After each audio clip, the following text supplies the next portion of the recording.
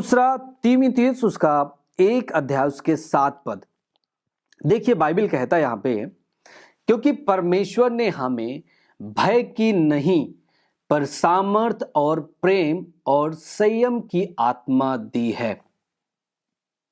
समझ रहे हैं? जो आत्मा हमें मिला है, जो पवित्र आत्मा परमेश्वर की ओर से हमें दिया गया है, जो परमेश्वर की आत्मा हमें मिली है, वो भय की आत्मा नहीं है। लोग आपके घर पे जाएं, इन दिनों में बहुत सारे केस हम सुन रहे हैं कि लोग जो झगड़ा करने वाले लोग हैं, है ना, जो गाली देने वाले लोग हैं, जो स्वभाव से गंदे लोग हैं, सीधा जाके जो लोग प्रभु में विश्वास करते उनके घरों पे जा रहे हैं और बोल रहे हैं तुमने धर्म परिवर्तन किया, छोड़ दे यीशु मसीह को, तुम्हारे ऊपर केस किया जाएगा, तुम नहीं जानते, छोड़ दो सब कुछ।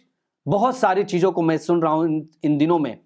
लेकिन मैं आपको बताना चाहता हूं, आप खड़े रहना, आपको गाली नहीं देना है, परंतु आपको खड़े रहना है इस बात के लिए कि मैं यीशु को जानता हूं, यीशु मसीह पे मेरा ईमान है, यीशु ने मेरे जीवन को बचाया है, यीशु ने मेरे स्वभाव में बदलाव को लेके आया है। मेरा पति जो दारू पीता था परंतु अब दारू नहीं पीता, मेरे बच्चे जो अनाज्ञाकारिता में थे अब आज्ञाकारिता में। इन चीजों को बोलना है आपको, और बोलना है आपको कि मैं विश्वास करता हूं प्रभु में और मैं उसे इनकार नहीं कर सकता, मैं इनकार नहीं कर सकता, मैं हमेशा विश्वास करूंगा।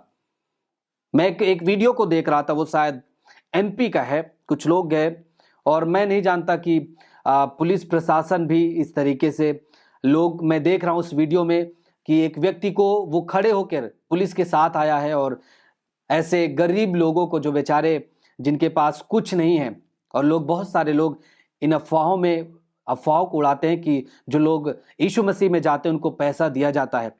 आप सोचिए वो लोग कितने सालों से विश्वास कर रहे हैं, परंतु वो गरीबी अभी उनके पास, जो कच्चा मकान है, मैं देख रहा हूं उस वीडियो में, कच्चे मकान उनके पास अभी भी है। यदि पैसे दिए जाते तो उनके पास पक्का मकान होता और अच्छे कपड़े होते, सब कुछ अच्छा होता, लेकिन उसके पास कच्चा घर है। और वो प्रशासन के साथ एक व्यक्ति वहां पे पहुंचा है और उस भाई को धमकी दे रहा है, मारने की धमकी दे रहा है, बोल रहा है कि यदि तुम मेरे गांव में आओगे तो मैं तुम्हारे पांव, पैर, हाथ पैर सब तोड़ दूंगा। और प्रशासन साथ में खड़ा है। मैं नहीं जानता कि क्या लोग किस तरीके से आज कर रहे हैं, परंतु परमेश्वर हमारा न्यायी है, वो न्याय करेगा। हर समय जो लोगों को सताते हैं, जो नम्र व्यक्ति को सताते हैं, वो हमेशा राज्य नहीं करते। एक बात याद रखिएगा, परमेश्वर है जो न्यायी है, परमेश्वर है जो एक एक बात का हिसाब लेगा। जो व्यक्ति मसीही लोगों को सता रहे हैं उनके परिवारों से हिसाब लेगा, याद रखिएगा इस बात को। मैंने देखा है लोगों के जीवन में, जब परमेश्वर न्याय लेता है तो लोग दौड़ते फिरते हैं। आपको लगता है कि हाँ मैं सता रहा हूं, बहुत अच्छा कर रहा हूं, बहुत मुझे आनंद है, मसीही लोगों को सता रहा हूं, लेकिन याद रखिएगा वो जिस परमेश्वर पर विश्वास करते हैं वो जीवित है, वो गलत कदम नहीं उठाते। इसका मतलब ये नहीं कि वो कमजोर हैं।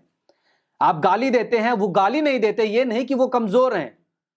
आप उन्हें धमकी दे रहे हैं प्रशासन के साथ खड़े होकर के, ये नहीं वो कुछ नहीं बोल रहे हैं तो वो कमजोर हैं,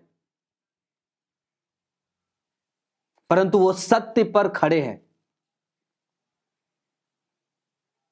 वो व्यक्ति खड़ा रहा, मैं उस वीडियो को देख रहा था, और उसने कहा मैं फांसी पे चढ़ा दोगे आप ना, तब भी मैं यीशु को इनकार नहीं करूंगा, क्योंकि उसने मेरे बेटे के जीवन को बचाया है।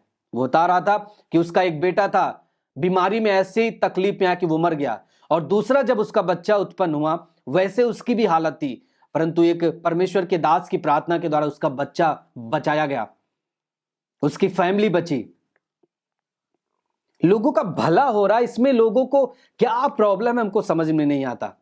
जब लोग बचाए जा रहे हैं, लोगों का जीवन बदल रहा है, वो आपसे प्यार कर पा रहे हैं, आप डंडा उठा के उसको धमकी दे रहे हैं, आप मारने की धमकी दे रहे हैं, परंतु वो कुछ नहीं बोल रहा है, उसका स्वभाव बदला है। मेरे भाई समझना है, हर एक मसीही को खड़े रहना है। बाइबल कहता है एक बात को, जब आप यदि आप मनुष्य के पुत्र यीशु मसीह के बारे में यदि आप इस धरती पर लोगों के सामने ले जाएंगे, लोग जब आपसे पूछेंगे क्या तू यीशु मसीह को जानता है, और आप विश्वास करते हैं और आप कहते हैं नहीं नहीं मैं जाता था लेकिन बंद कर दिया, मैं नहीं जाता चर्च, मैं यीशु पर ईमान नहीं रखता। जब आप लज्जा में होकर और भय में आकर इस बात को बोलते हैं, बाइबल कहता है जब यीशु मसीह न्याय के सिंहासन पर बैठा होगा ना, वो भी पिता के सामने आपको इनकार करेगा कि मैं इस व्यक्ति को नहीं जानता। मेरे प्रियो, ये 60 साल 70 साल की जिंदगी है, इसमें दृढ़ता से खड़े रहना, उस अनंत जीवन के लिए तैयार होना है आपको। मैं आपको बताना चाहता हूं ये एक परख का समय है, 100% श्योर है ये हमारे भी और चर्च के लोगों का भी, वॉलंटियर्स का भी। ये परख का समय है। परमेश्वर छोड़ता नहीं है कि आप सोच रहे हैं अरे परमेश्वर छोड़ दिया, और लोग बोलते हैं ये देखिए इनका परमेश्वर इनको छोड़ दिया। ये बोलते थे कि यीशु ऐसे चंगा करता है, ये बड़े बड़े काम करता है, देखो इनका पास्टर जेल में है। अरे मेरे भाई, जेल में जाना हमारे लिए कोई बहुत बड़ी बात नहीं है। मसीही लोगों के ऊपर सताव आना ये कोई अलग से घटना नहीं है। बाइबल में जो लिखा है वही हमारे जीवन में होता है, याद रखिएगा। यीशु मसीह को बहुत सारे लोगों ने बहुत कुछ बोला। जब यीशु मसीह कब्र में था, लोग अफवाह उड़ाते थे, बोलते थे ये देखो तुम्हारा चंगा करने वाला, तुम्हारा उद्धार करता, वो देखो मर गया, कब्र में चला गया, क्या करोगे अब। कुछ चेले भी चले गए, अपने काम पे भी चले गए थे। लेकिन बाइबल बताता है जब वो जी उठा, फिर सब तकलीफ में आ गए, प्रॉब्लम में आ गए। सो परमेश्वर और परमेश्वर के लोग कभी भी गिरते नहीं हैं, वे हमेशा ऊंचे किए जाते हैं। फिरौन के समय में भी जब मूसा इजराइलियों को फिरौन के बंधन से मिस्र से छुड़ा रहा था, आप देखिए किस सामर्थ्य के द्वारा परमेश्वर उन लोगों को छुड़ाया है। ऐसे ऐसे समय आए हैं कि लगा है कि अब सब जो इजरायली है वो खत्म हो जाएंगे। आगे समुंदर, पीछे फिरौन की सेना, कोई रास्ता नहीं, कोई भी रास्ता नहीं था। परंतु बाइबल कहता है वो समुद्र 2 भाग हो गया। वही आपका परमेश्वर है, हमारा परमेश्वर है। वही चर्च का, पसदौरा चर्च का वही परमेश्वर है। परमेश्वर के दास का वही परमेश्वर है जो पिछले दिनों में काम किया और वह आज भी जीवित है। हालेलुया। परमेश्वर हमेशा अपने लोगों को जयवंत करेगा। चर्च की सभी प्रार्थनाओं को और परमेश्वर के दास के द्वारा टीचिंग सुनने के लिए और अपडेट्स को जानने के लिए हमारे इस चैनल को सब्सक्राइब करें और साथ में बेल आइकन को जरूर दबाएं ताकि जब भी लाइव प्रार्थना हो तो सबसे पहले आप देख सकें।